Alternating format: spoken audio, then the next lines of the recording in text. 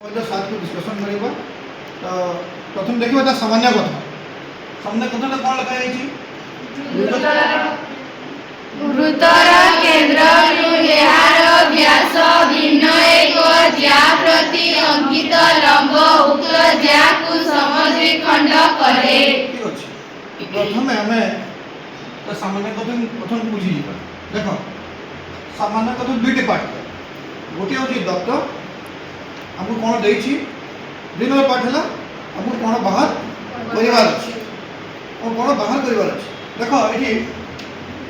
गुरुतर केन्द्र यार व्यास भिन्न ज्या दुईटा पार्ट प्रथम पार्ट है गुरुतर केन्द्र यार व्यास भिन्न ज्या देखो ये वृत्त देखुच अलरेडी गोटे वृत्त अच्छी गोटे रफ गुड़ कर दूसरी गोटे वृत्त अच्छी देख केन्द्र कौटा केन्द्र ओ दे ओ एस वृत्त ना हो एस एस वृत्त केन्द्र कौटा ओ ओ ए केन्द्र देखो हमको देछि कोन गोटे वृत्त देछि एवं तार केन्द्र कथा कहि वृत्त थिला माने केन्द्र थिबो व्यास भिन्न ज्या ज्या कथा जानि छ आगु तो व्यास कहले कोटा व्यास कहले एटा एटा में व्यास परिवार नहीं वो कौन कर अछि व्यास भिन्न ज्या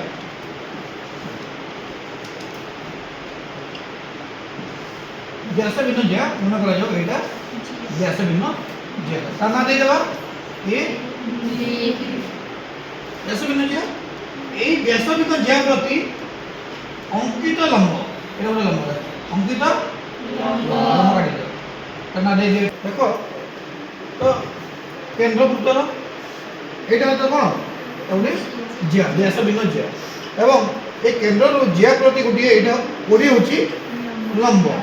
तो हमको दे दी छी केते दत्त अछि और देखो एस वृत्त रे कोन अछि एबी व्यास भिन्न ज्या अछि आ कोन अछि ओडी ए व्यास भिन्न ज्या प्रति अंकित अंकित लंब हमको दत्त दे दी छी देखो हमको कोन बात कर अछि हमको प्रमाण करबार अछि ये ज्या को समद्विखंड करे किए ओडी के समद्विखंड करे ओडी समद्विखंड करे तो समद्विखंड करला माने कोन हला एडी गुटे भाग आउटे बीडी देखो हम एडी देखुछ ना एबी एबी को देखुछ तो एबी तो समद्विखंड माने समान द्विखंड मतलब 5 centimetre 5 centimetre equal to 10 centimetre जदि एबी 10 सेंटीमीटर हला एडी केते हेबो 5 बीडी केते हेबो 5 माने सही कथा कहि छी ताको बाहर करबार अछि हमको तो देखो वर्तमान में जिबा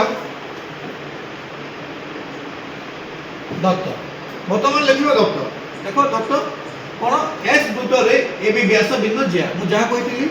एस वृत्त रे ए देखो एटा गोटे एस वृत्त हला एबिटा कोन तार व्यास भिन्न ज्या तापर देखो वृत्तर केंद्र ओ थारु एबी प्रति अंकित लंब ओडी देखो ए वृत्तर केंद्र एटा लंब एबी प्रति अंकित लंब कोन ओडी कहितला गुरु नेक्स्ट प्रामाण्य कोन हबो प्रामाण्य हबो AD DD DB जहाँ लिखले भी ठीक देखो प्रामाण्य हो गला AD DB हमको AD DB प्रमाण परिवार अछि देखो नेक्स्ट देखो एबे कोन अंकन लागबो एठी चित्र अछि कि चित्र रे देछि कि OA भी देछि दे नै तो वर्तमान कोन करबा हमें गोटे एठी गोटे OA एवं OD OB सॉरी OB अंकन करबा हम कोन अंकन करबा OA एवं OB अंकन करबा हला ओए भी अंकन कला पर देखो एठी कोन देखु जाओ ए चित्र को देखो कोन देखु जाओ कि जने कहो त्रिभुज देखु एठी कोन देखु जाओ त्रिभुज केते त्रिभुज देखु जाओ तीनटी निश्चित भाव तीनटी छी ओ ए बी त्रिभुज अछि ओ ए बी त्रिभुज ता भीतर दुईटी त्रिभुज भाग होई छी ओ ए बी एवं ओ बी बी तो ओ ए बी देखु जाओ ए त्रिभुज देखु जाओ ओ ए डी देखु जाओ एवं ODB देखुछ ए की प्रकार त्रिभुज बोले लागु छी केमिति समकोण हला देछि लंब ये लंब ओडी लंब माने कोन एटा 90 डिग्री एटा 90 डिग्री माने ए होछि कोन दुटा समकोण त्रिभुज देखुछ तो हमको जो स्वीकार शिखित न क्लास से तो से जो शिकार्य मान शिखिले से मध्य गुटे हम कोथि समकोण अछि को शिकार्य रे स क बा समकोण कर्ण बाहु शिकार्य अनुसार हमको प्रमाण करबार अछि। तो देखो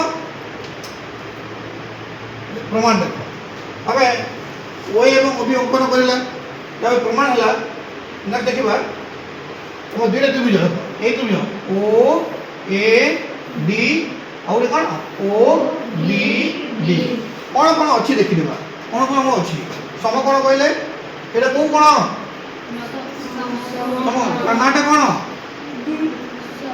ओ डी ए एटा कौन ओ डी ए कौन केटा डिग्री अछि सेटा 90 डिग्री ठीक अछि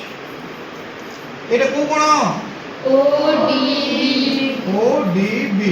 शाबाश 90 डिग्री तार अर्थ कौन ओ डी ए कोण is equal to O D B हम लिखि परिबा ओ कोण हला डी ए कोण इज इक्वल टू ओ कोण ओ डी बी कोण इज इक्वल टू 90 डिग्री तो समकोण पाई गेले तबे कर्म देखिबा O A is equal to O B हे परिबा की हमको देनी तो समान होई की केमती हला वेरी गुड व्यासार्ध